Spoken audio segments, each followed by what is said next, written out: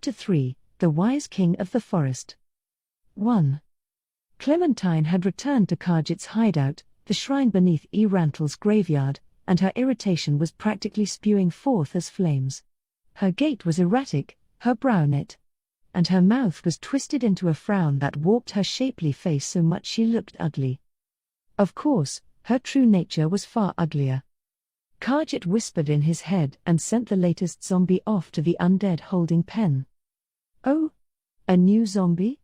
We already have more than 150, the Jewel of Death's power sure is amazing. The number of undead a caster could create and control with the Tier 3 spell Create Undead depended on the caster's ability. Making more powerful undead meant being able to control fewer, but if they were bottom-of-the-barrel zombies, someone like Khajiit, who specialized in controlling undead, could handle far more than normal, more than 100. And the reason Khajiit was able to rule even more than that was the power of an item he possessed, the Jewel of Death. It's because you've been playing around. Sorry. She gave a quick bow without seeming the least bit apologetic. But why'd you make all these guys who die so easily? You coulda tried a little harder. Maybe if you hit them they die easily. Adventurers won't go down without a fight, you know. I'm not worried about adventurers. Regular people will die just fine. Is it a hobby of yours to go on and on about trivial things you already know? Okay. I'm sorry. I won't say any more, so please forgive me. Khajiit clicked his tongue. I can't trust you, but for now, don't kidnap any more humans, I mean it. Okay. Khajiit wrinkled his brow at her light-hearted reply. He gave up on saying anything else because he knew it was futile, but he frowned as furiously as he could to convey his feelings. Of course, it went ignored. But I'm just so bored, you know? I mean, where'd he go, anyway? He hasn't returned yet? Nope. Man. Maybe I should just kidnap the old lady after all? Don't. That old lady may not look it, but she can use Tier 3 magic, not to mention that she has a prominent reputation in the city. There could be trouble if we meddle with her. Huh? But... Khajiit thrust a hand into his robe and clutched a black stone. Clementine, I've spent years preparing to turn this town into a city of death. I will not have your stupid games ruining my plan. If you make any more trouble for me, I'll kill you. Spiral of Death, was it? Yes. Our leader performed it. There was a trend for stronger undead to be created in a place where there were many undead gathered. And when stronger undead were gathered, it was possible to create even stronger ones. Spiral of Death was a ritual that took advantage of that principle to build a series of stronger and stronger undead, and it was powerful enough to destroy a whole city. It was a sinister ritual that had once turned a city into a place where the undead went unchecked. Khajiit's objective was to turn Rantle into a second city of death and, by harnessing all the power of death concentrated there, turn himself immortal. And he'd been preparing for a long time. He wasn't about to have it all go up in smoke because of a girl who'd only showed up a few days earlier. Are we clear? Khajiit caught the streak of brutality that flashed across her cute, puffy-cheeked, pouting face. A split second later she'd become a murderous storm wind and was charging toward him. There had been plenty of distance between them, but she closed it in the space of one breath and her arm stretched out so fast it blurred. Held in the hand like an extension of that arm was a sharp blade, the gleam of which went straight for Khajiit's throat. The weapon she thrust at him was a sword made for stabbing called a stiletto. As a stabbing weapon, it didn't have very many attack patterns, which made it rather hard to use. But Clementine, who loved the stiletto above all else, had trained her muscles, selected her gear, and acquired arts all so she would be able to deal a single critical hit where it counted. Before she knew it, having used the power she'd amassed to survive battles against both humans and monsters alike, Clementine reached a level of skill where normal people could no longer block her attacks. For someone who had enough inherent ability to deviate from the realm of normal humans in the first place, and then spent her entire life honing her skills, that was surely a matter of course. But the man on the receiving end wasn't in the realm of normal humans, either. Khajiit, one of the 12 leading disciples of Zernon, would not be killed so easily. Something like a white wall came bursting out of the ground to receive the unblockable blade. It was a giant hand made of countless human bones, though it was also reminiscent of a reptilian claw. The claw wriggled, and the earth around it started to split. The huge thing was obeying Khajiit's will, trying to jump out of the ground. Satisfied by the powerful undead presence he could feel under his feet, he glared at Clementine. "Don't be stupid. Thanks to you, my control over the other undead weakened for a moment." "Oops. Sorry ye. But I didn't mean it, I promise. I was gonna stop right before I stabbed ya." "Don't lie to me, Clementine. That's not the kind of person you are." "Ooh. Busted, huh? Yeah, if you hadn't blocked it, I probably would have stabbed right through your shoulder. But I wasn't gonna kill ya, promise." Khajiit twisted his face into an angry frown, because he saw an unpleasant smile spread across the face of the woman in front of him. "But I can beat that thing, you know. A caster might not have a chance, but I'm a warrior, so it shouldn't be too hard. I'm not so great at using battering weapons, but you're strong against living things with your deadly strikes, but I wonder how you do against the undead. None of their physiological systems are working in the first place. Besides, do you really think this is the final ace up my sleeve?" Well. Clementine eyed one of the passages, probably sensing the presence of the undead under Khajiit's control that were lurking there.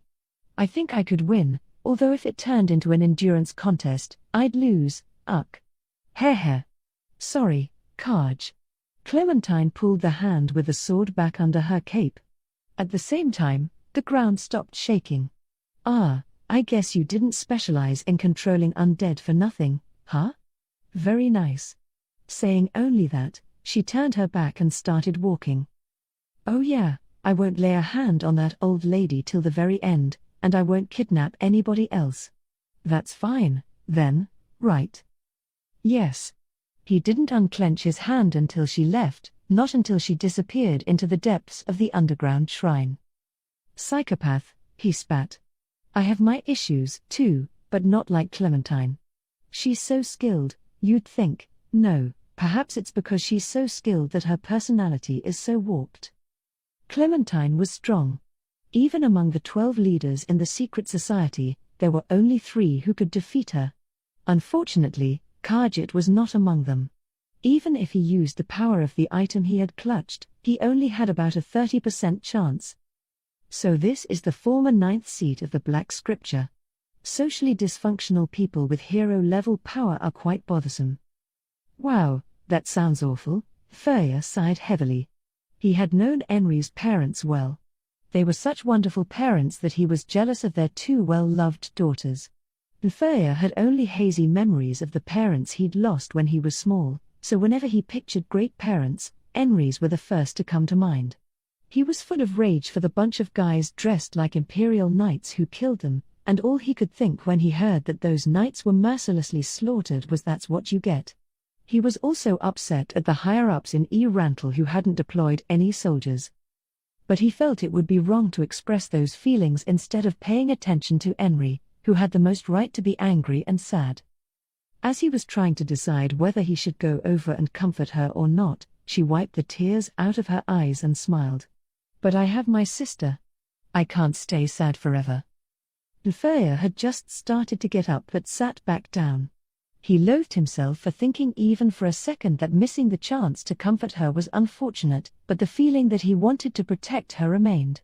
He wavered but then made up his mind. "I don't want anyone at Ainz's side but me, even if the other guy is strong enough to protect her." He was scared, but the feeling that he didn't want to lose her overpowered his anxiety, so he decided to tell her what he'd been feeling since the first time he came to the village as a child. "So." His speech clogged up as if it had gotten stuck in his throat. "Say it. Just say it." He thought frantically, but his throat seemed to have a death grip on the words. Ainz and Furya were both at an age where it wouldn't be strange to get married. And with the money Furya made as an apothecary, he would be able to provide for Ainz's sister as well. "Even if we had a baby." He imagined the household he would create but shook his head to clear the fantasy before it got too out of control. She was right there giving him a puzzled look, and that only made him more anxious. He opened his mouth, and closed it. I like you. I love you. But he couldn't say either of those things, because he didn't want to hear her say, sorry, but. Then, how about something else that would close the space between them? Wanna come live with me? It's safe in the city. I'll take care of your little sister, too. If you want to work, you can work at Grandma's shop. If you're nervous in the city, I'll be there to help you. That's all he had to say. She was less likely to reject that than a declaration of love. Henry. What, Mfurya? She jumped at the sudden loudness of his voice. Mfurya continued, Aye, if you ever need anything, let me know. I'll help out as much as I can. Thanks, you're a much better friend than I deserve. Okay, I mean, it's okay. We've been friends forever and all. He couldn't say anything in response to the smile that spread across Henry's face and cursed himself for being so pathetic. At the same time, he admired how cute she was as he listened to her reminiscence about when they were kids. When the topic seemed exhausted for the time being, he asked her a question. What are all these goblins? The goblins that called Henry Our Lady were vastly different from the ones they had met on the road. They had the air of veteran fighters. He had been even more surprised to find one inside the village who could use magic. What connection these goblins had to this mere village girl and how it happened, Mfurya couldn't fathom. Henry gave a simple answer. Ainz Ooal Gown, the man who saved the village, gave me an item, and when I used it, they came out. They listen to what I say and do all sorts of things for me. Ha!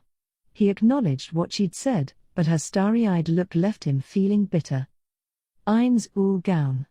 The name had come up several times during her story. He was a mysterious caster who just happened to be passing by, and with his immense power, he saved Carney from the group dressed as Imperial Knights. He was a hero who had saved Henry, and Mfurya should have been grateful to him. But that was hard to do, because of the look on Henry's face when she spoke about him. He knew it was natural for someone who had been saved to react that way, but jealousy welled up in his heart. He didn't want to lose, as a man, and he resented the fact that Henry didn't get that look on her face for him. All those sentiments mixed into an ugly cocktail of emotions. He felt pathetic but tried to clear that away by considering the item Henry had told him about. It summoned goblins and was called a goblin something or other horn. Henry's rescuer had told her the full name, but after all the confusion, she couldn't remember it. Mfurya had a strange feeling. He'd never heard of such an item before. And he couldn't imagine forgetting the name. This item was too special, anyone would remember the name after hearing it just once. There were several types of summoning items and there was a tree of summoning magic, but the monsters that were summoned in those ways disappeared without a trace after a set amount of time. They certainly didn't stick around long enough to do odd jobs. If that were possible, it would rewrite magic history. And then, how much would such an item be worth? Henry didn't seem to have realized its monetary value, but if she had sold it, it would probably have fetched enough to allow her to live the rest of her days in leisure. The reason she had used this rare item was to stop any more blood from being shed in the village. The goblins summoned by Henry's wish, a wish that Mfurya approved of as befitting her, protected the village. They also looked up to Henry as their master and followed her orders. They'd even started tending the fields. Apparently they were even teaching the villagers how to defend themselves with bows and arrows, and so on. Given all that, they were now accepted as a strange sort of new villager. Perhaps the fact that they had been attacked by fellow humans was behind their welcoming the goblins. A slight distrust of humans might have made it easier to embrace the goblins who had helped them out in a pinch. And it probably also helped that the one who had granted them the items was their savior, the mysterious caster. So this Ainz Ooal Gown, that was his name, right? What kind of person is he? If I can meet him, I'd like to thank him personally. Mfurya had never heard of anyone called Ainz Ooal Gown. Well, Henry hadn't seen under his mask, so even if it was someone he was familiar with, he wouldn't have a way of knowing. But this was the kind of guy who could give away an extraordinarily valuable item without another thought. If Mfurya had met him, he wouldn't be likely to forget. When he told her that honestly, Henry was visibly disappointed. "Oh. I thought maybe you would have known him." Her reaction caused Nfea's heart to leap into his throat for a moment, and his back oozed an unpleasant sweat. Looks don't matter so much when you're that strong.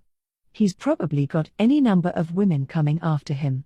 Those remarks from the previous night crossed his mind, and his breath grew ragged without him realizing it. Desperately fighting back his terror, he asked her, Henry, what's this about?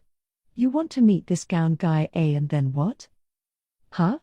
I mean, I'd like to say a proper thank you.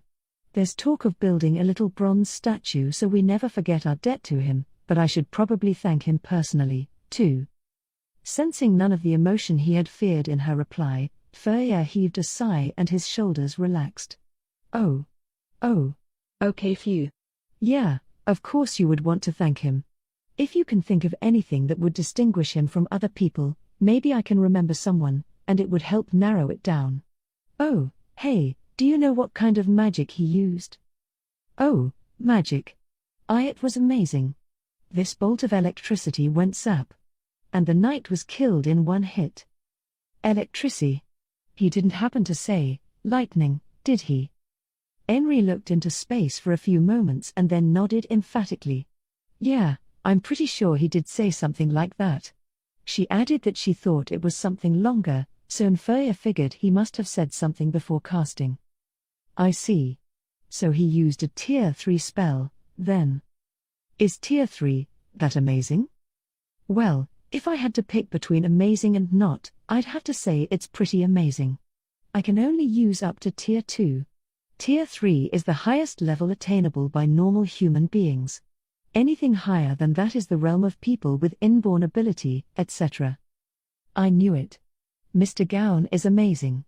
Henry nodded, impressed, but Nfea had the feeling this caster was capable of more than Tier 3. And he could give away that magic item like it was nothing. He might even be able to use heroic 5th tier spells. What was a guy like that doing in a village like this? As he puzzled over that, Henry dropped a bomb that blew all of his questions away. And that's not all. He gave me this bright red potion. Nfea was so startled he practically forgot everything else they had talked about. He recalled a conversation. I'll pay, so will you get me some details about the guy who gave you this potion? Lizzie's question had caused the warrior Britta to furrow her brow. So you get some details and then what? Get connected, of course. If we get to know each other, maybe he'll tell me where he got that potion. Who knows? He might even just mention it in the course of a conversation. If he's an adventurer, I'd like to make a request. What do you think, Nfea? That was how Nfea ended up requesting Moman by name. He was supposed to make friends with him and get him to talk about the potion and/or see if he let any information slip while they were out gathering herbs. Maintaining a level tone of voice so as not to let his inner agitation show, Nfea asked her, what kind of potion was it? Huh? Oh, I work with potions, so. Henry told him everything about the potion she was given, mentioning several times along the way how amazing Ainz Ooal Gown was. A minute ago this would have made those ugly emotions come back, but now Nfea's mind was full of other things. Countless facts were suddenly tied up with a bow. It was as if a whole pile of veils had been removed at once to reveal what was beneath. There was a very good chance that the potion in Rantel and the potion Henry drank were the same kind. And in both cases, a pair of travelers, a caster and a person in black full-plate armor, was involved. There's only one conclusion, but there are two people who could be Ainz Ooal Gown. He figured from the way Henry was talking that Ainz was a man, but he asked just to be sure. Are you sure this Ainz Ooal Gown person wasn't a woman? Huh? Yeah. I mean, I didn't see his face, but the voice was a man's. That still wasn't absolute proof. There were spells and even magic items that could change a person's voice. But Narbrol as Ainz Ooal Gown seemed awfully unlikely. Her cruelty and slight airheadedness made her too different from the calm, intelligent hero Henry spoke of. The one who seemed more like Ainz was. Did he happen to mention that the name of the person in black armor was Albedo? Why, yeah. Lefaya had heard that name before. There was his answer. Momen was Ainz Ooal Gown. If that was true, it was a shocking revelation. The caster who saved this village was also an incredibly strong warrior. There were warriors who trained in magic, but it wasn't possible to have the cake and eat it, too.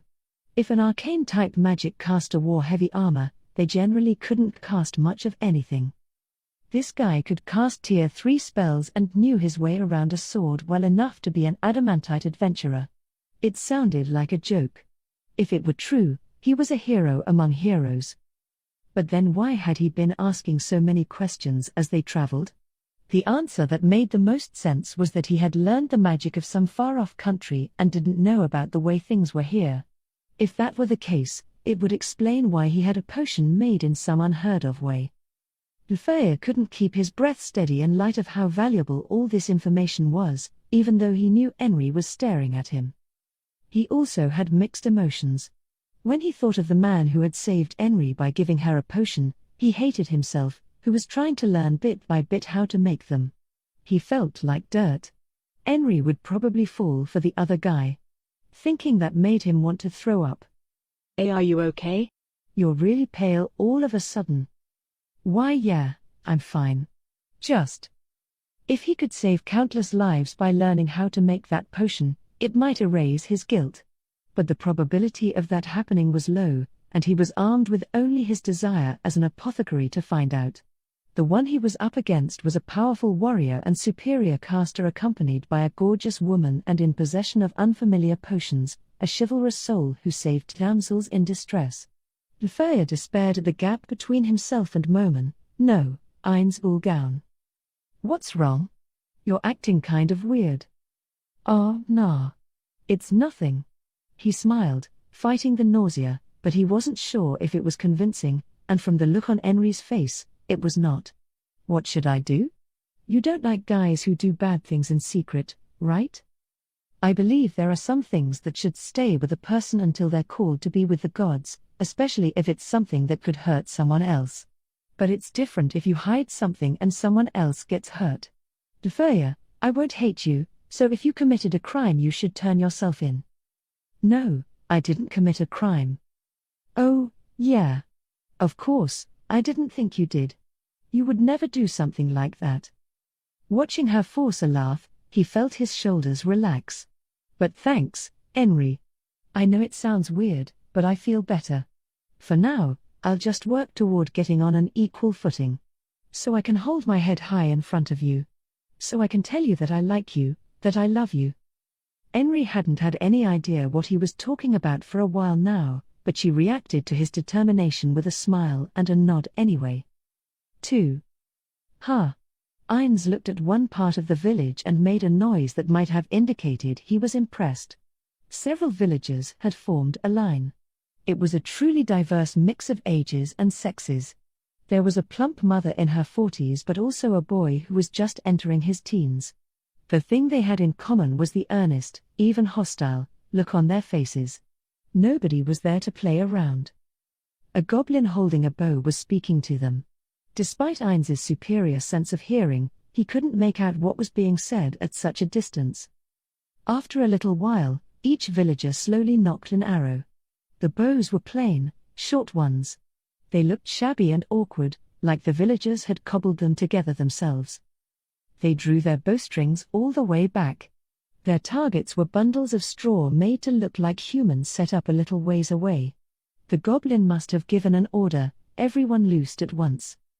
Despite how sad the bows looked, the arrows flew admirably and burrowed into the bundles of straw. Not a single one missed. Not bad. Ainz found himself uttering modest praise. Do you mean that? Narbral's questioning voice came from where she was standing behind him. She probably doesn't understand why these achievements are worth praising. These villagers are like children playing with toys compared to the archers of the great tomb of Nazarick. Realizing how she felt, the illusion face under his helmet smiled wryly. As you point out, nothing about their technique is particularly amazing. But these people never used a bow until 10 days ago. They aren't out here because their spouses, children, and parents were killed, and they don't want to let another attack like that happen, they want to bare their fangs and fight when it does. That's worth praising, isn't it?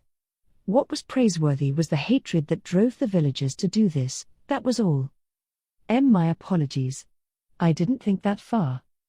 That's fine. It's not necessary for you to think that far. And truthfully, there is nothing whatsoever worth praising about their technique. Watching another wave of arrows slice through the air and sink into the bundles of straw, Ainz suddenly had a thought. How strong will these people be able to get? And then, how strong will I be able to get? He had come to this world at the Yggdrasil level cap of 100, with his surplus experience points maxed out at 90% of a level. He wasn't sure, but he figured that since his abilities had carried over, that XP would, too. The question was whether it was possible to get that 10% and reach level 101 or not. He had the feeling he was approaching the answer. I can't get any stronger than this. This is my peak power. Ainz's power was one that could not grow, whereas the villager's weakness represented unfathomable possibilities. If by some chance, beings in this world had no cap and could advance past a level comparable to Yggdrasil's 100, there would come a day when the great tomb of Nazarick would no longer be able to triumph. And that. It's definitely not impossible. The slain theocracy's 6 gods, whom Ainz suspected were players, appeared 600 years ago. The gap between their arrival and his own was a mystery, but given that grotesques had no notion of a lifespan and the fact that some classes had special life expectancies, there was a fairly good chance they were still alive. If the 6 gods were still behind the slain theocracy, the country might have been using them to power level, earn XP faster than usual by assisting a strong player, for the past 600 years, in which case it wouldn't be strange if they had people over level 100. But then why hadn't the slain theocracy taken over the world? Perhaps there was some comparable power out there. Or it was even possible that level 100 wasn't really so powerful at all. Thinking all of that made Ainz feel like he was being stabbed in his non-existent stomach. If the 6 gods really were players, in his current uninformed state, he needed to endeavor to make things proceed amicably. But according to the info he'd gotten from the Sunlit Scripture, the Imperial Knights who attacked the village were actually people from the slain theocracy in disguise, which meant that saving the village would have been an act of hostility against them. I wonder if it was a mistake to save the village. I really need to make gathering intelligence my highest priority. As he was absent-mindedly thinking about those things, he noticed a boy running toward him. The eyes that were normally hidden behind his hair could be seen each time his bangs bounced, and Ainz noticed that he was looking squarely at him. Something about Inferior gave him a bad feeling. The way he was running reminded him of the headman from before. What's the rush? Another emergency? I swear, this village, Ainz grumbled as Inferior came to a halt in front of him. Breathing heavily, his forehead slick with sweat, Inferior pushed his damp hair out of his eyes and turned his serious expression to Ainz. As if he couldn't decide what to do or whether he wanted to talk to Ainz or Nabril, he repeatedly opened and closed his mouth. Finally, he seemed to make up his mind and addressed Ainz. Momen, are you Ainz Ooal Gown?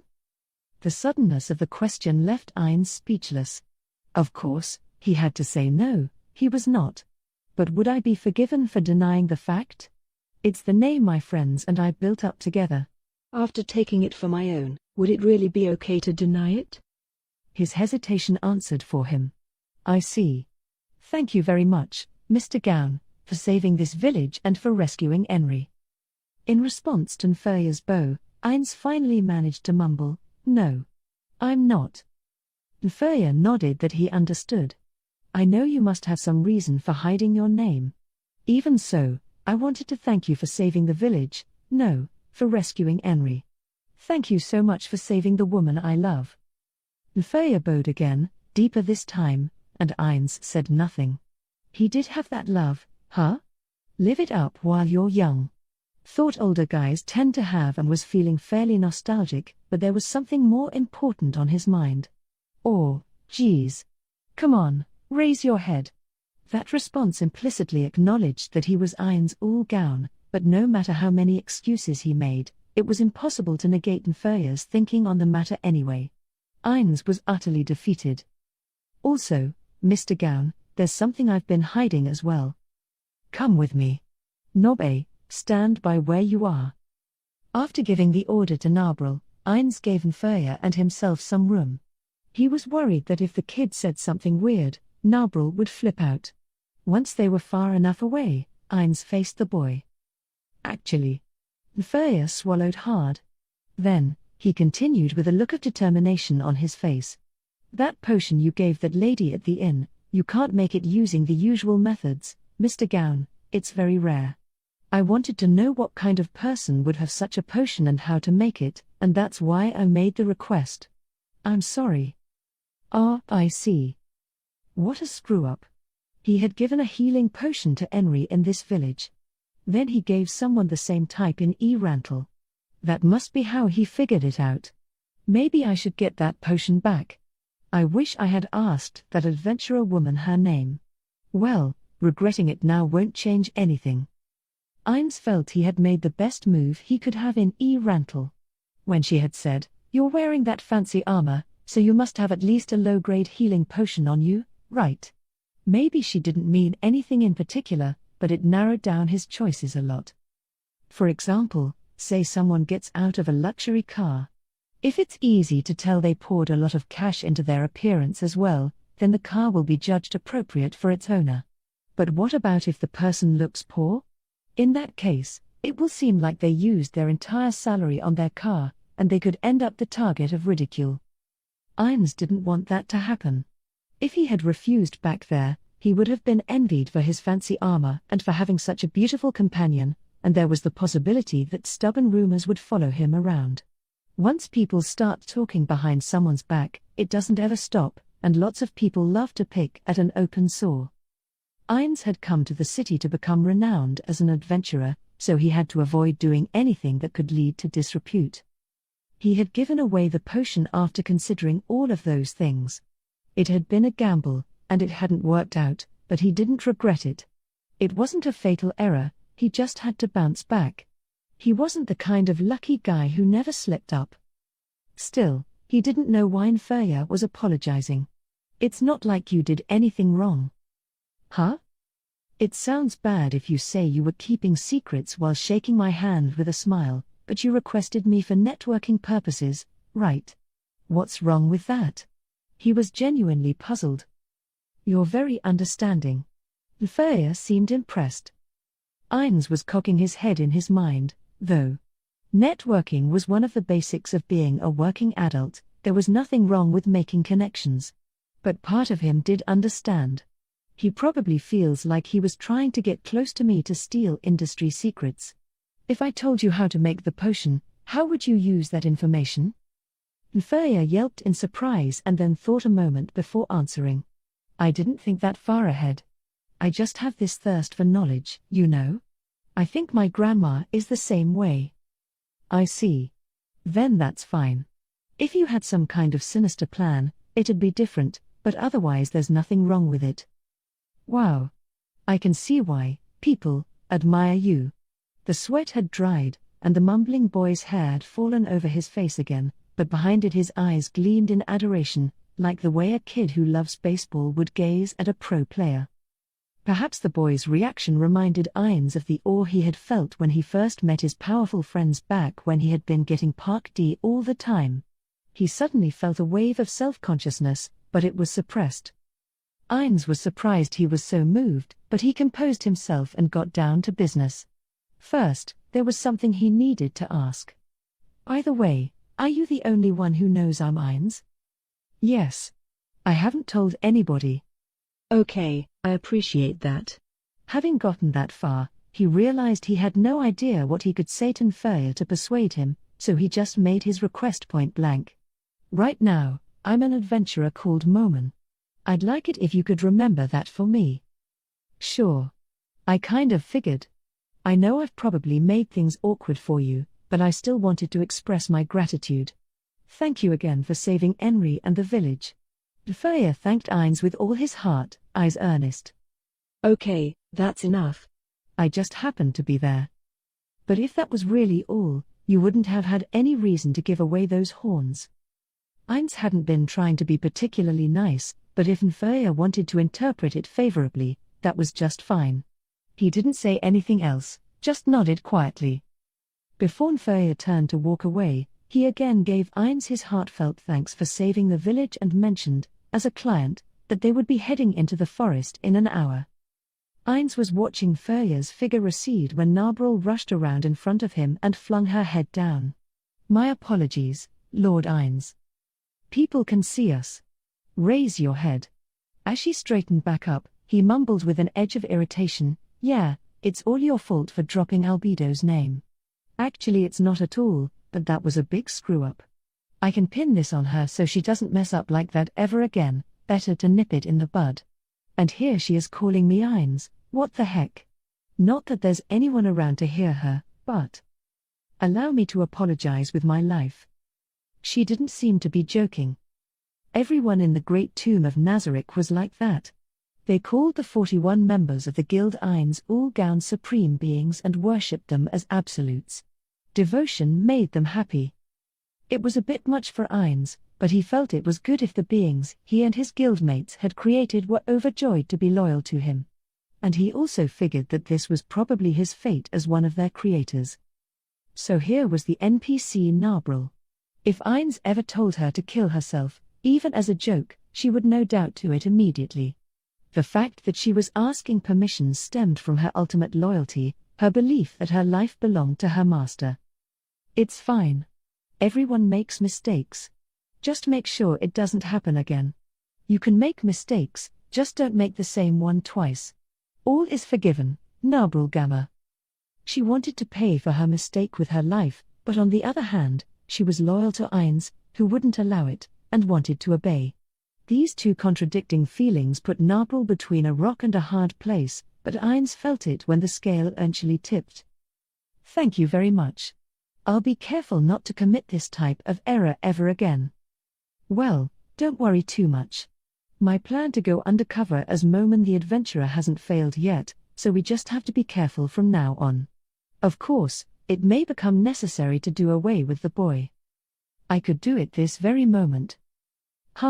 No. It would be bad for us to fail this job. Nferia's grandmother was a famous apothecary in Rantel. Ainz had no intention of incurring her wrath. Well, we'll play it by ear. Or rather, he just couldn't think of anything else to say. 3. Looking toward the woods, there was an open space about 100 yards deep in stark contrast to the thick forest growth.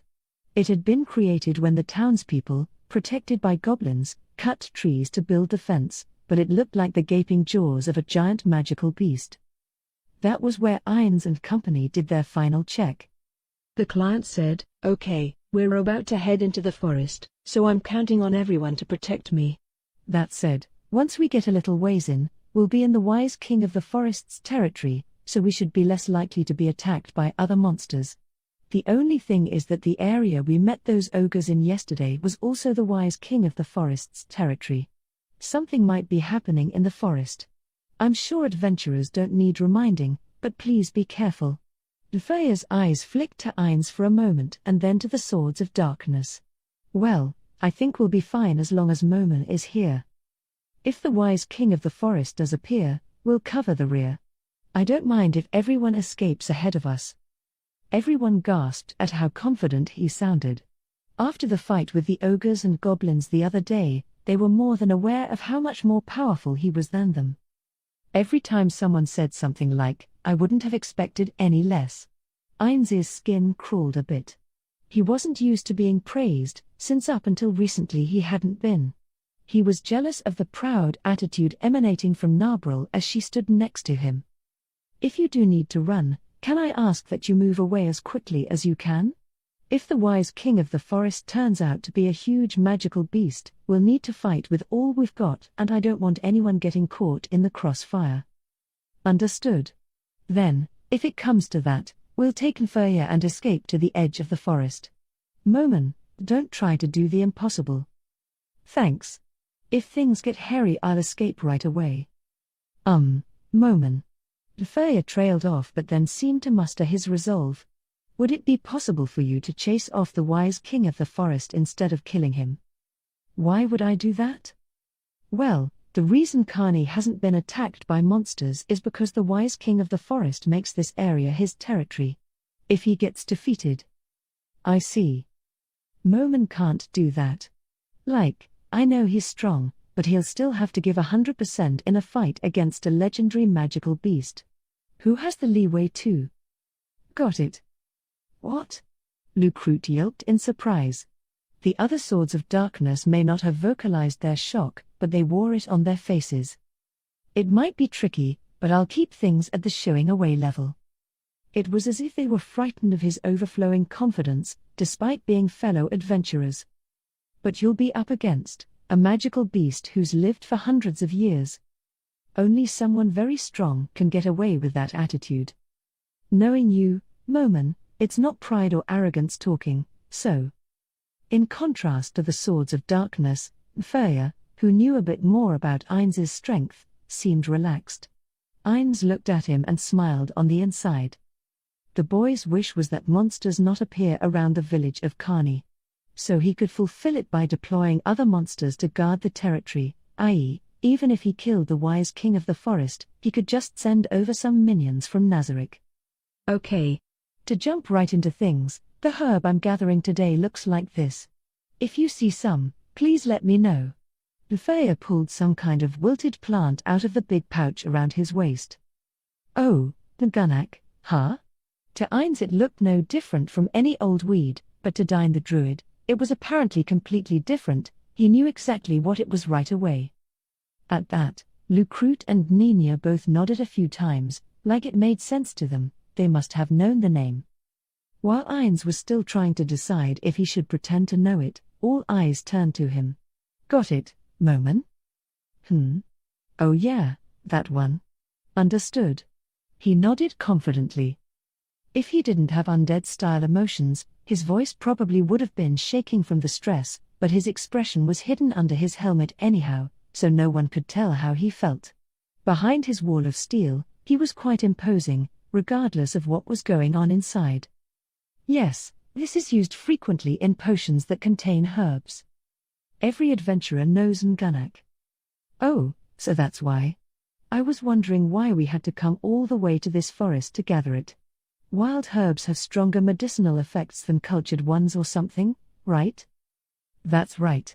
But the main reason is that we're proud to make all natural potions. Of course, they are 10% more effective, as well. That 10% is pretty important to people who are out there fighting to the death. You offer a better product for the standard price. When you sell such high-quality potions, it's no wonder the Balia name is so well known. Ainz let their conversation go in one ear and out the other as he pondered other things. In Yggdrasil, the basics of potion making required having a specific skill that only certain classes could get and knowing the spell you wanted to infuse into the potion. Although Ainz had never done it himself, he knew that synthesizing specific ingredients in an alchemical solution would then create the potion, but he'd never heard of anyone using herbs. In other words, the potion-making method in this world was different from in Yggdrasil. When Furya said, "You can't make it using the usual methods," this is what he had meant. Ainz felt strongly that obtaining this world's potion-making techniques would strengthen Nazarick. It was just a matter of how to go about getting them. As he was thinking, he realized that the conversation had returned to the task at hand, so he tuned back in. There's a clearing in the woods, so our plan is to aim for that. I've told Lucrute how to get there, so he'll be leading us. Lucrute responded casually with a "leave it to me." And N'Furya turned back to the group. Then let's begin gathering. Might I make one proposal? Go ahead, Moman. Nobbe can use a spell similar to the alarm one that we used on the campsite, so do you think once we reach our destination, she and I could go off on our own for a little while? Everyone including Furya furrowed their brows a bit out of anxiety that their strongest fighter would be leaving his post right when they would be in danger, but Furya spoke up the quickest. Sure, that's fine. Just don't stay away too long. Of course. And it would be a problem if we got lost in the woods, so we'll use a rope. If anything happens, you can just pull on it. How about I chaperone? Just to make sure you guys aren't doing anything nasty out there. Drop dead, cockroach. If I castrate you, will your horny brain start to work normally? Cut it out, Nobbe. Lucrute, that won't be necessary. And Nina, it would be useful if there were a spell that would let us find each other in case we got separated in the forest. I've never heard of any magic like that, although it does sound like it would be useful. Ainz acknowledged his negative reply with a nod. There is a Tier 6 spell that allows the caster to probe for a specified object. Is he just ignorant of it? Or does it mean that just as this world has spells that aren't in Yggdrasil, Yggdrasil has some that don't exist here? Ainz put aside his questions for the time being and gestured to Nabrul with his chin that she should get ready. In response, she focused on each of the Swords of Darkness members in turn. So, Momen and Nobbe will go away for a little while, and once they return we'll start gathering. No one could complain if that was what the requester had decided. The Swords of Darkness all nodded once, twice, that they approved of the plan. With the proposals and cautionary notes of the final check finished, the furrier called everyone to go. The group shouldered their bags and stepped into the forest. In the area where the villagers had cut trees, the ground was dry and walking was as easy as hiking a well-tended trail, but gradually their surroundings morphed into what one would be tempted to call a green labyrinth. In the forest, where there were no landmarks, where it was impossible to even tell which direction they had come from, there was a sense of helplessness, as if they'd been swallowed up. That combined with the imposing presence of the towering trees would probably be enough to scare normal humans. But Ainz, aside from the faint vestige of a human clinging to his undead mind, was not afraid, so he calmly admired the splendid scenery born of Mother Nature. He even found himself thinking, the forests and other nature areas in Yggdrasil really were just game graphics. His feelings were mixed, since he was proud of how well made the Great Tomb of Nazarick was, but he hadn't realized a forest untouched by humans could be this moving. I see why Blue Planet loved the outdoors so much. While appreciating the forest, he was on the lookout, of course, but detected no movement. It was very quiet.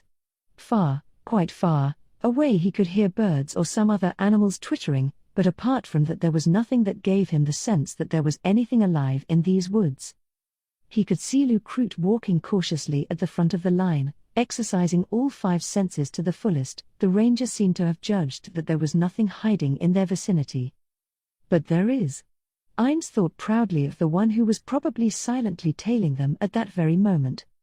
Perhaps because the sun couldn't penetrate to the ground, the forest was surprisingly cool. The party proceeded through it quietly and, minus 2 of them, nervously. The mental strain combined with the effort of walking over the uneven terrain had sweat beading on everyone's foreheads. Eventually, they reached an open area about 55 yards in diameter. Here we are. This will be our base as we gather the herbs. The furrier set down his bag and the others followed his example, but no one relaxed. They scanned the area and made sure they were combat-ready, just in case they weren't in human territory anymore. Okay, then allow Nobbe and me to go out for a little while as we discussed earlier. Upon receiving Furrier's okay, Ainz tied a rope to a tree and stepped into the forest holding the other end. It was thin but well-made rope that wouldn't break from just friction with the ground. Ainz and Nobbe tried to go in as straight a line as possible.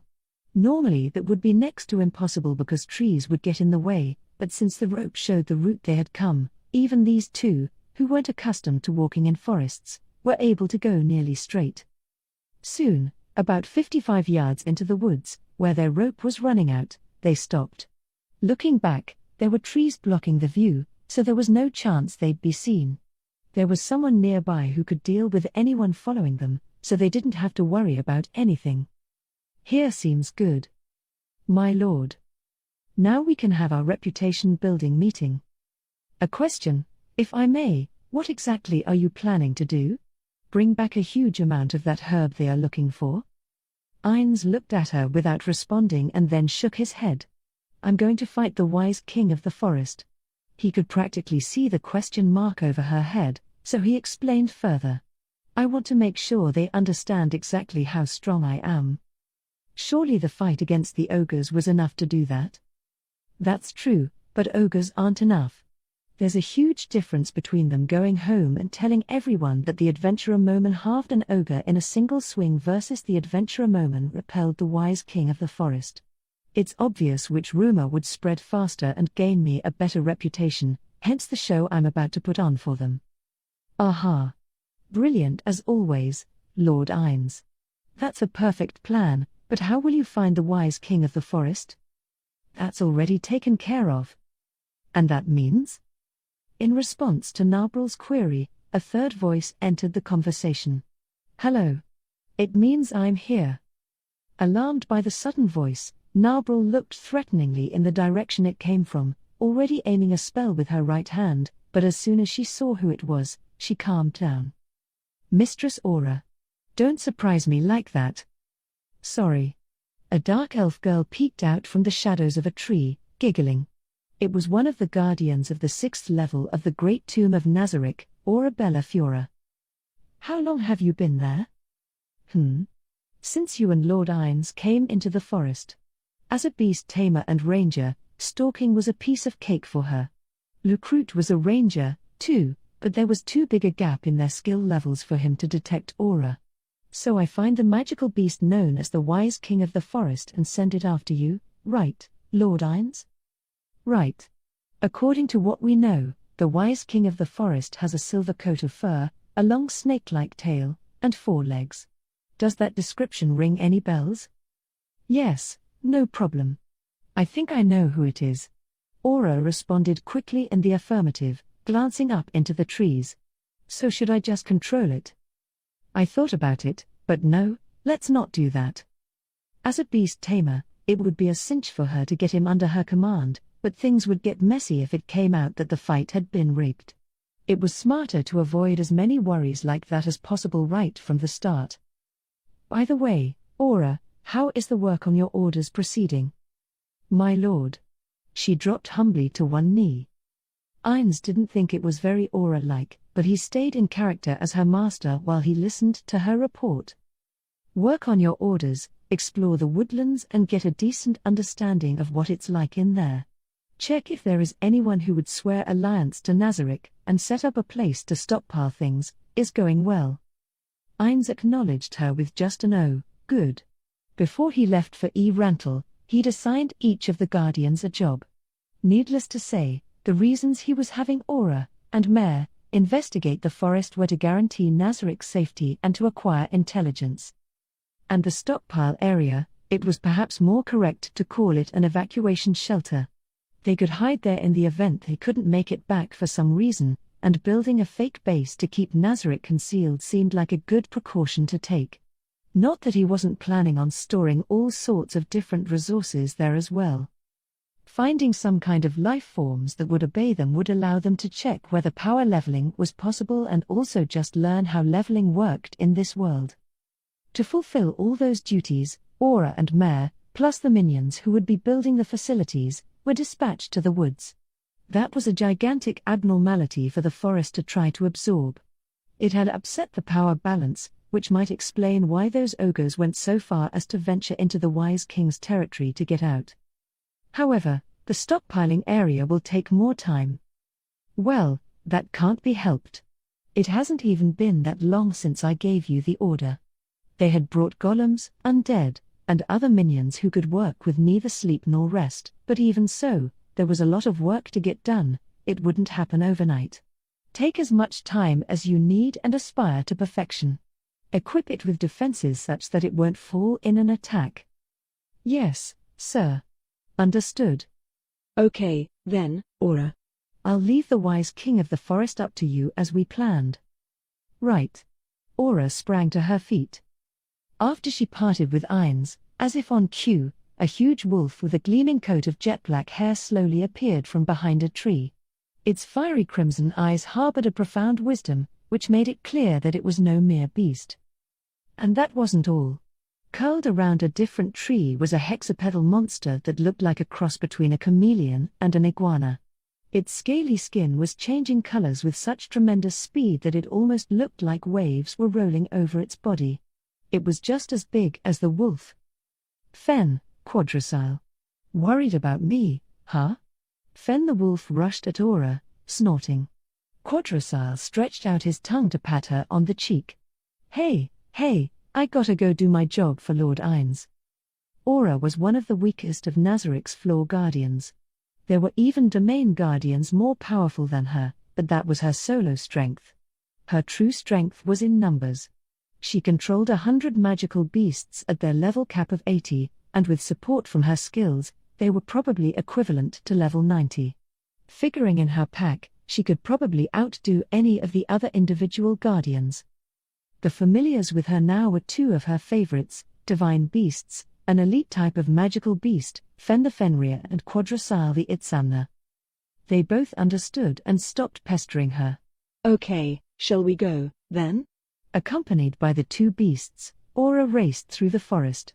Despite all the trees, she moved as fast as the wind, never needing to slow down.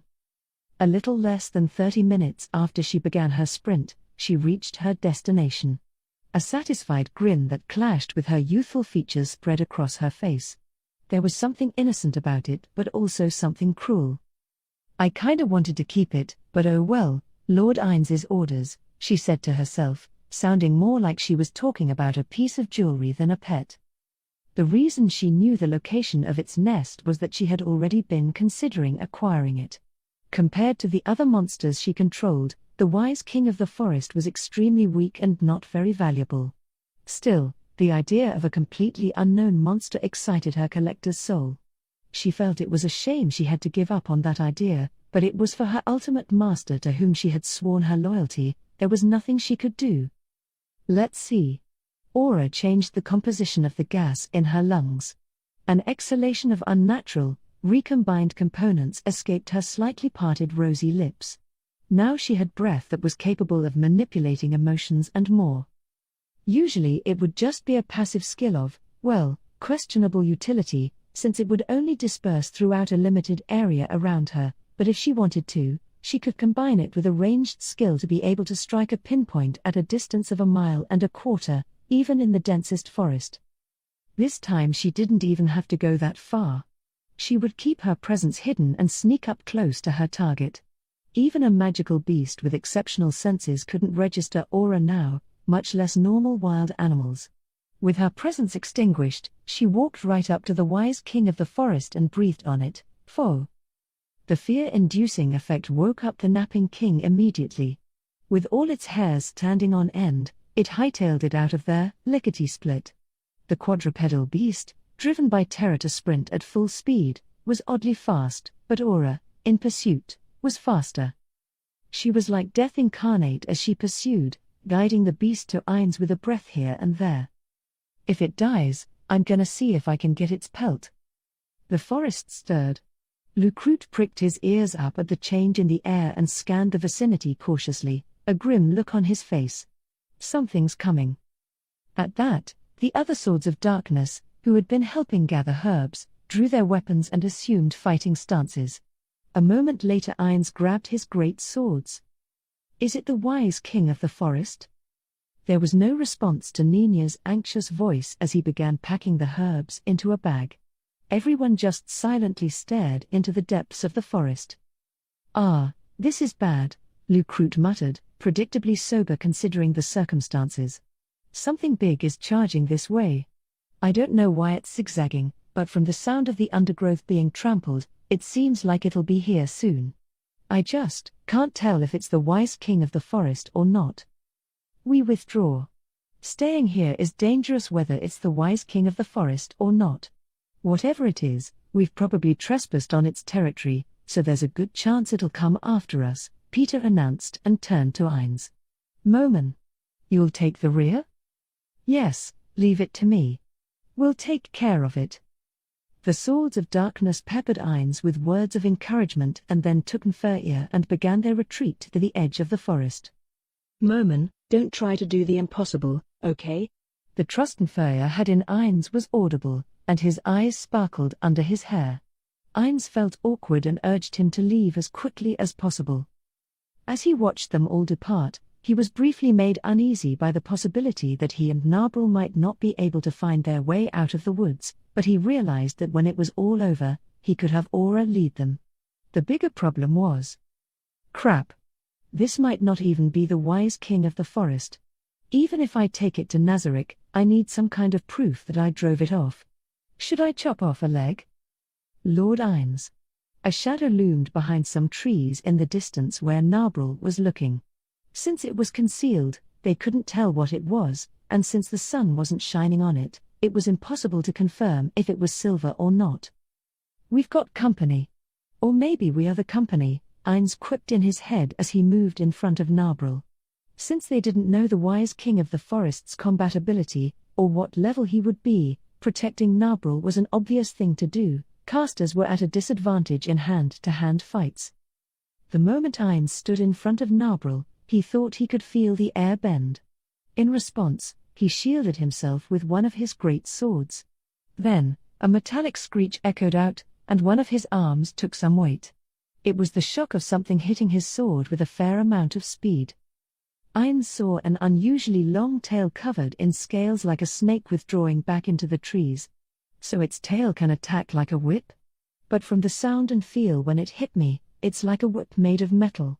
And the fact that its range is more than 20 yards is a pain. How does it even go about its daily life dragging that thing around?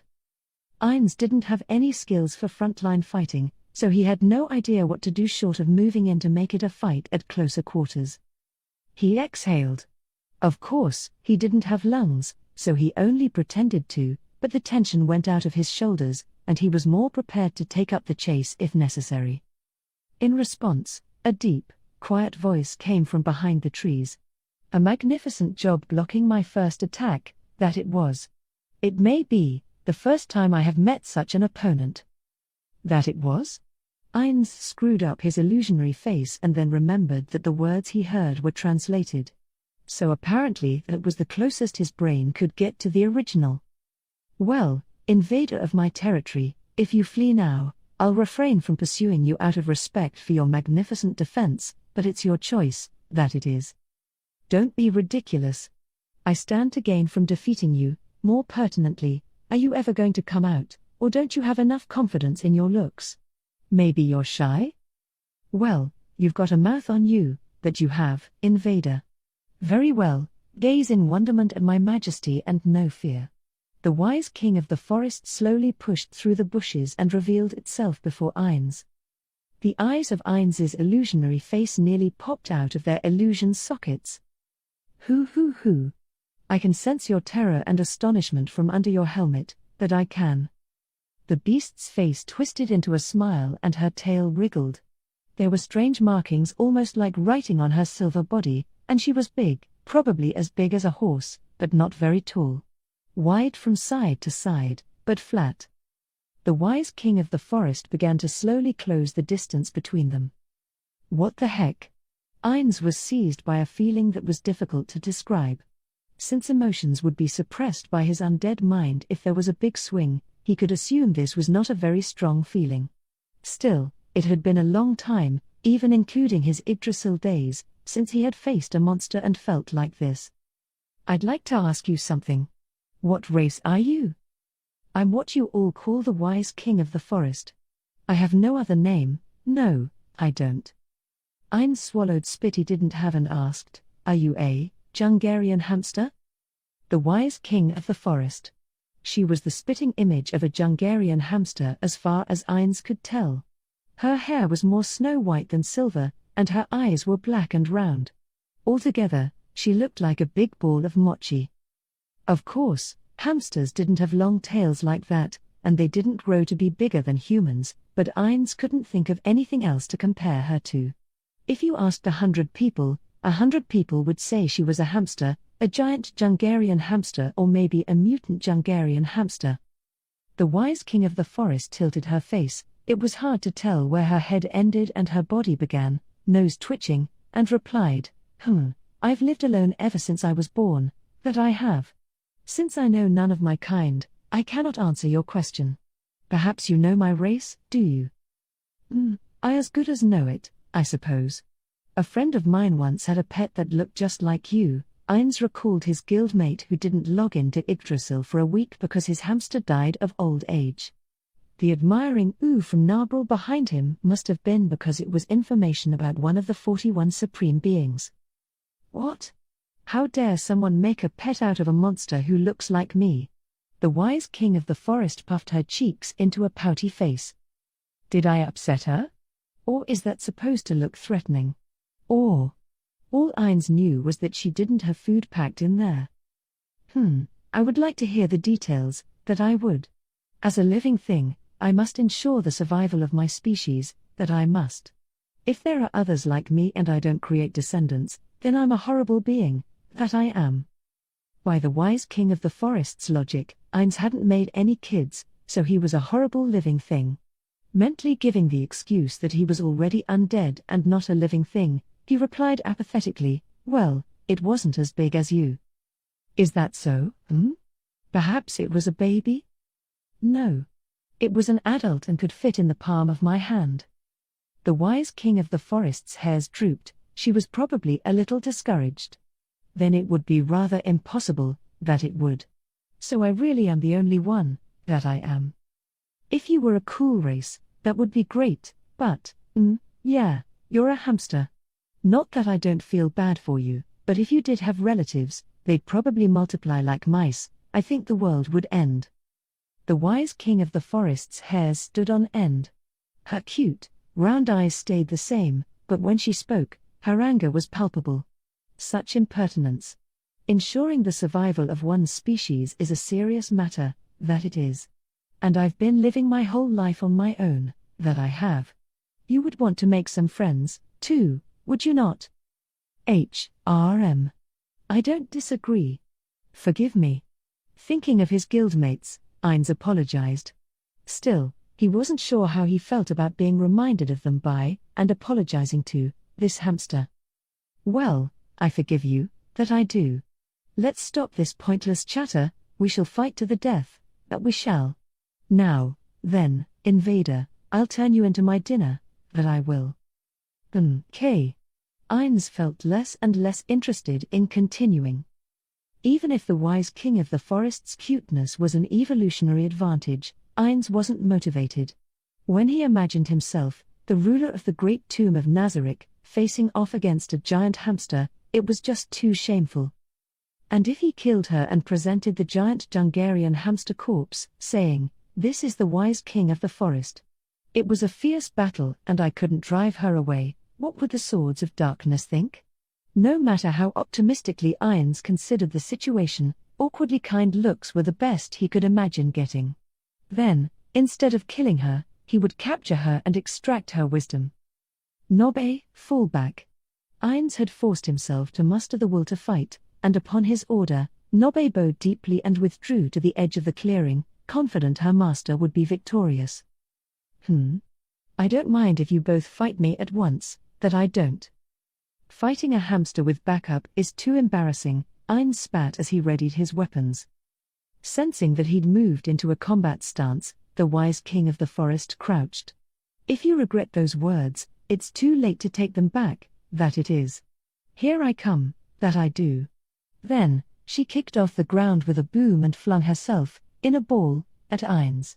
Anyone human-sized taking the wise king of the forest's body slam directly, without using any martial arts, would normally have been blown away, but Ainz blocked it with a great sword. It was a terrible amount of destructive power, but Ainz's strength was more than up to the task of enduring it. Arg, that I say. Shouting in surprise that Ainz hadn't retreated so much as a step, the wise king of the forest raised her front legs with their unexpectedly sharp claws and began to scratch. Ainz beat back the attack with the great sword in his left hand and slashed with the other in his right. He didn't go all out, but it was still a hefty blow. And it was repelled with a screech. The shock went up his arm. The wise king of the forest had brandished a foot to counter Ainz's attack. Their strikes clashed in midair and repelled each other. Magnificent, that it was. And how about this, Charm species. Undead were generally immune to psychic attacks. Ignoring the spell completely, he stabbed with both of his great swords simultaneously.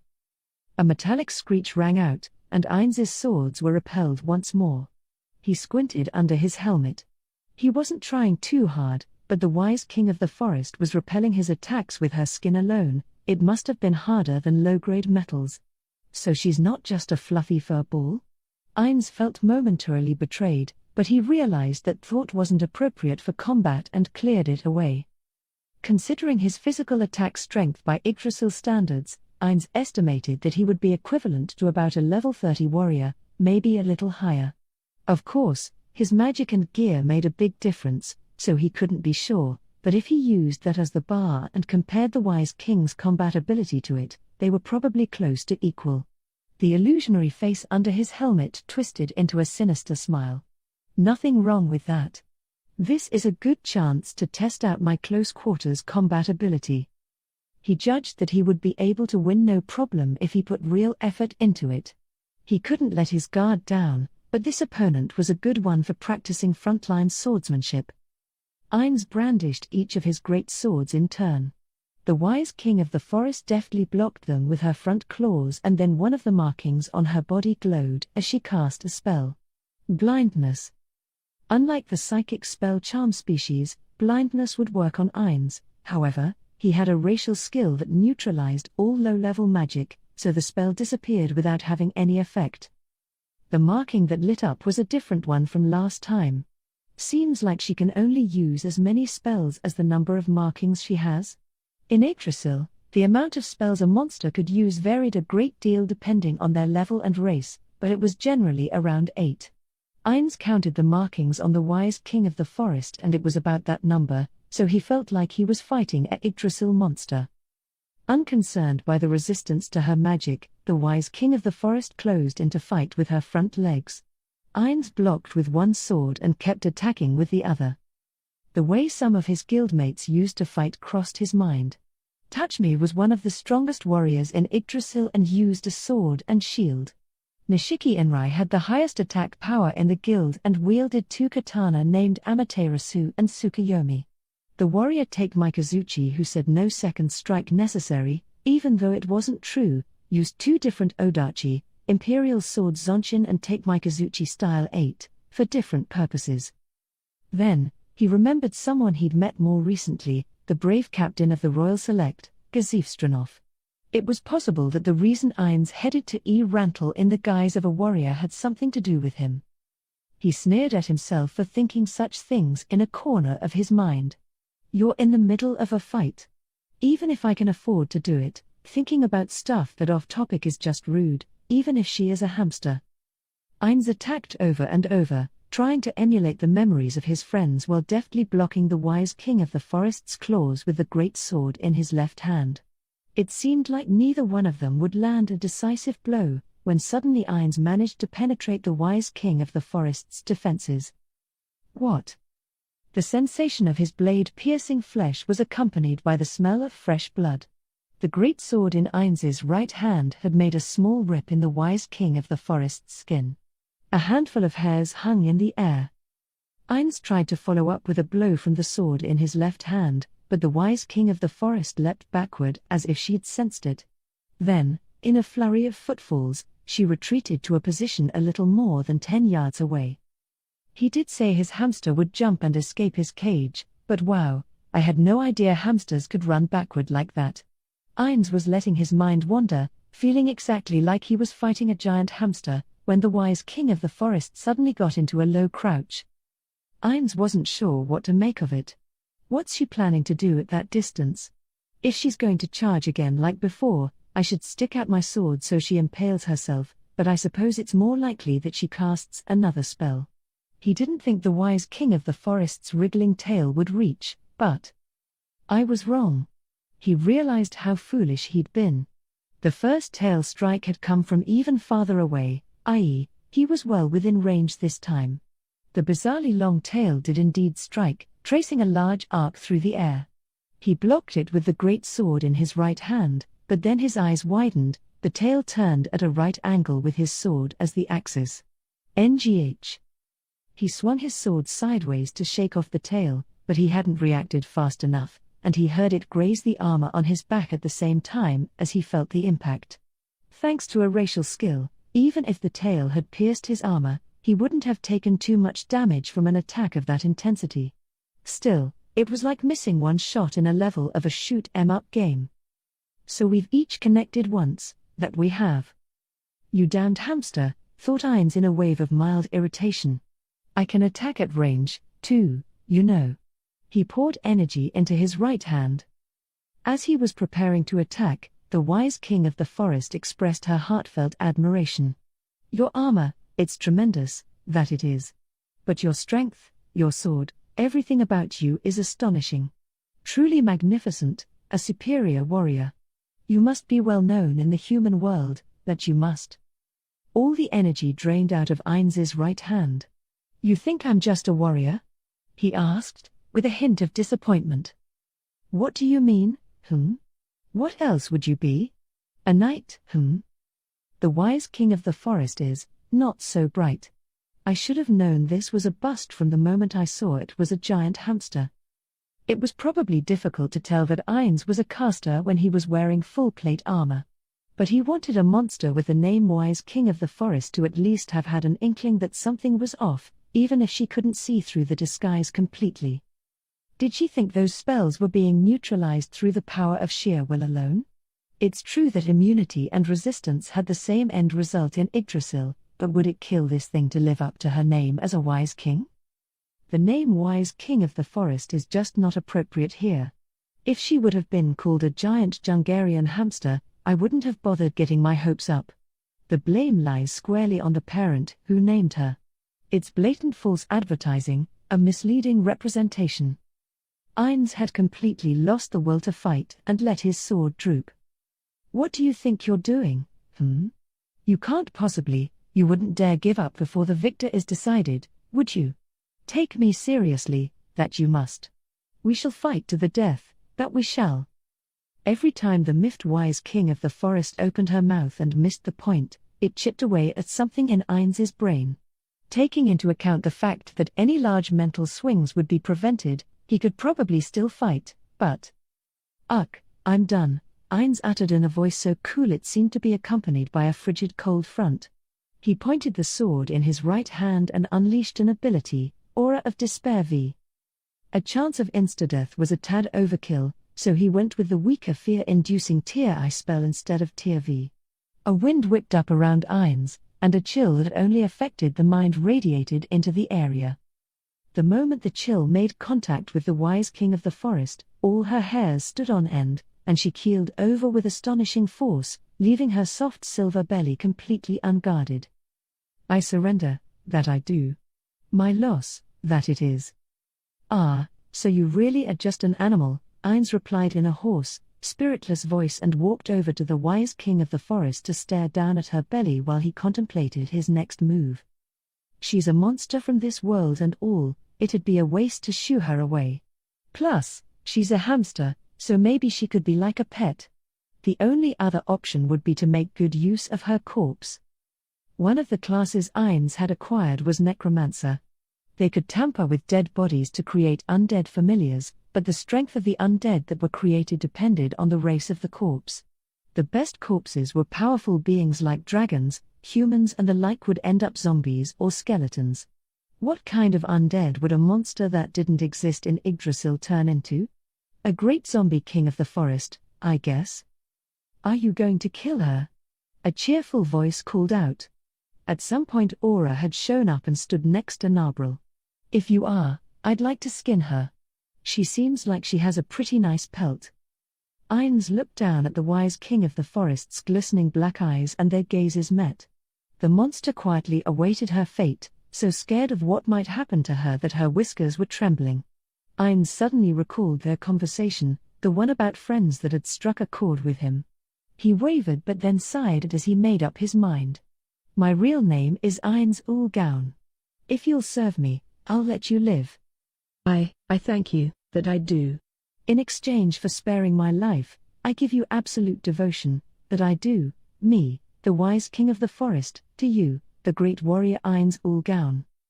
Aura watched, disappointed, as the wise king of the forest jumped up and swore her loyalty. When they emerged from the forest, everyone who had been awaiting their safe return gathered around to congratulate them on making it out in one piece. Lucrute was the only one who looked uneasy. Furya's surprise and admiration got all jumbled together. You don't even have a scratch. Did you manage to avoid a fight in the first place? As Ainz was about to answer him, Lucrute butted in. Hey, Moman. You got somebody following you there. It's not charmed? I fought the wise king of the forest and forced her to surrender. Hey, get over here. The wise king of the forest, with her pearl-white hair, came out of the woods, slowly revealing herself. The swords of darkness, jaws dropped in awe, readied their weapons and fell back a step, shielding Furya.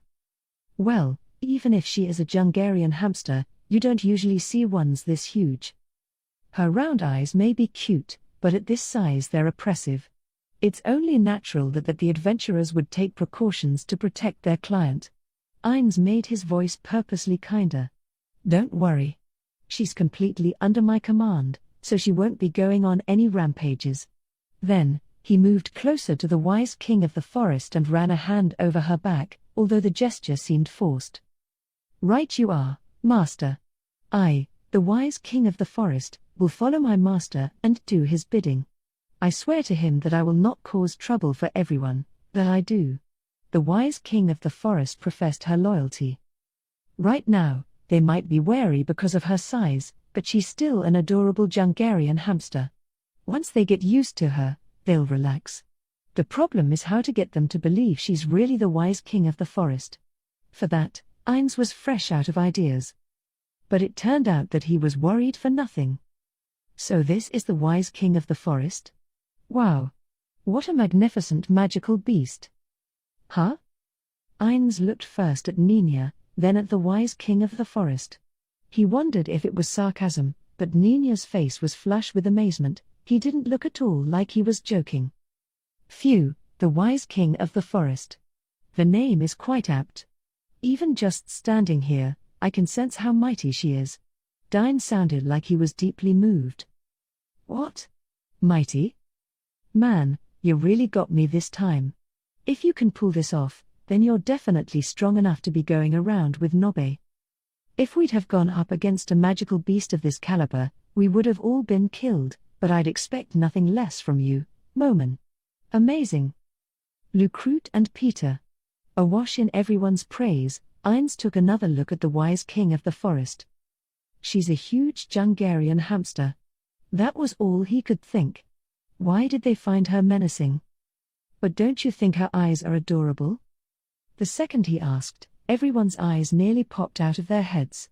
Apparently he'd said something outrageous. Moman, you think this magical beast's eyes are cute? What else would I think? Ainz grumbled in his mind, nodded emphatically, and wondered if the wise king of the forest might have some kind of passive skill that was bewitching everyone. I can't believe it. But that's Moman for you. Nina, what do you think when you see those eyes? I sense a profound wisdom and great strength. I don't think I could ever think they were cute. Ainz had no words. He looked at each party member, and it seemed that all present felt the same way. He felt the foundations of his worldview crumbling. Nobe, what do you think? I dunno about strength, but I certainly sense power. What, the? Everyone's eyes twinkled at Ainz as they peppered him with praise, for being so brave that he could declare such a fearsome beast's eyes cute. Ainz looked at those eyes a few times and wondered where this wisdom was hiding. Could it be that turning undead threw off my aesthetic sense? If everyone else but him felt differently, it was certainly a possibility. Just to be thorough, he asked one more question. By the way, do you think rats are amazing, too? Rats? You mean giant rats? Not in particular, they're just your run-of-the-mill monsters. They hang out in the sewers of Rantle. Giant rats carry scary diseases. And then there are were-rats. You can't hurt them unless you have a silver weapon, so I guess that's pretty amazing. Hamsters and rats look practically the same. Plus with her long tail, the wise king of the forest looks more like a rat than a hamster. After racking his brains, Ainz's conclusion was, this world is a bit strange. As he was fretting about the differences between this world and the one he used to live in, Furya voiced a concern. But if you take her away, then won't the territory free up? Won't monsters go attacking, Carney? Ainz jerked his chin at the wise king of the forest, and the beast took the hint. Carney is that village, is it not? The balance of power in the forest is currently upset, that it is. Even if I stayed, I wouldn't be able to ensure their safety, no I would not. But Ainz said nothing in response to Nferya's shock, he just grinned in his head. The king of the forest may have been a bust, but I can make up for it here. He could feel Nferya's eyes on him while he plotted what direction to lead the conversation in. The boy was opening and closing his mouth like he wanted to say something. It was clear to Ainz that he wanted him to save the village again, but that sentiment was competing with the feeling that he didn't want to be a bother or fall back on him forever. Behind him, the swords of darkness had begun bouncing ideas off of one another of how to save the village, but then Nferya seemed to muster his resolve. "Momen," he said with a solemn expression on his face. "What is it?" Ainz was practically licking his lips. Carney was valuable to him as a foothold. He'd been intending to save the village from the beginning, but it was important that they felt like they were relying on him. He could kill two birds with one stone here by getting Nferya to feel indebted to him and collecting a reward. That was Ainz's plan and how he intended to compensate for his losses in the wise king of the forest affair. But what Nferya said was far afield of Ainz's expectations. "Momen, please let me join your team." "Huh? I want to protect the village, but the way I am now I don't have the power. So I want to get stronger. I want you to teach me how to obtain even a sliver of your strength. I just don't have the means to hire such a brilliant adventurer as yourself, so please let me join your team. I'm pretty confident about my knowledge of medicine, and I'll carry your bags or do whatever you ask, so please, I beg you." While Ainz was blinking his non-existent eyes in shock, Nferya continued, "I studied all my life to be an apothecary. My grandmother is one and my deceased father was one, so I didn't really consider my options before starting out. But now I know what I really want to do. And it's not be an apothecary." "You want to get stronger as a caster and protect Carney?" "Yes." The eyes of a man, not a boy, fixated on him. In Ainz's Yggdrasil days, there had been a never-ending stream of people wanting to join his guild.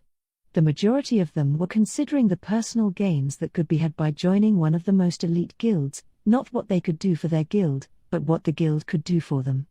There were even jerks who schemed to get in and steal intelligence or rare magical items. For that reason, after the early group had coalesced, new members were almost never admitted. They were wary of outsiders mucking up the things they worked so hard to build.